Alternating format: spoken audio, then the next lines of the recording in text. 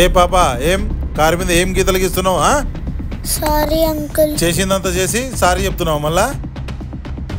ఇట్లా కాదు, మీ పేరెంట్స్ని పిలిచి కంప్లైంట్ చేస్తే ఇంకోసారి ఇలాంటి పనులు చేయవు. సారీ అంకుల్, వద్దు అంకుల్, మా మమ్మీకి తెలిస్తే కొడుతుంది అంకుల్. పోయి మీ మమ్మీని తీసుకురా పోయి. సరే సరే అంకుల్. ఏం పిల్లల ఏమో.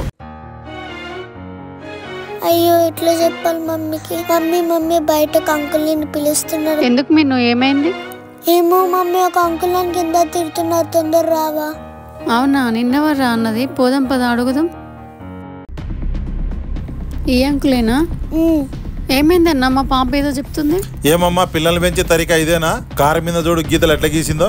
ఏం చేసినవే? ఎప్పుడు ఏదో ఒక పనులు చేస్తూనే ఉంటావు, అందరితో మాటలు అనిపిస్తావు, ఉన్న దగ్గర ఉండవు. నేను అర్జెంట్ గా బయట పోయేది ఉండే, కారు నీట్ గా తుడిచి పెట్టుకుంటే ఎట్లా గీసిందో చూడమ్మా మీ పాప. అయ్యో సారీ అన్నా, నేను మొత్తం క్లీన్ చేసి పెడతా కార్ అంతా నీట్ గా, ఏమనుకోకన్నా. తొందరగా క్లీన్ చేసి నేను అర్జెంట్ గా పోయేది. ఓకే అన్నా, ఎప్పుడు ఏదో ఒకటి చేసి పెడతావు. ఏడో కూర్చో, నేను మళ్ళీ వస్తా. అయ్యో మిన్ను బంగారం, నువ్వు రాసింది పిచ్చి గీతలు అనుకున్నారా? కానీ మా మీద ఉన్న ప్రేమను ఇలా ఎక్స్ప్రెస్ చేసావా తల్లి? సారీరా బంగారం. నీ మనసులో ఉన్న ప్రేమను తెలుసుకోలేక నేనే తొందరపడ్డానన్నా.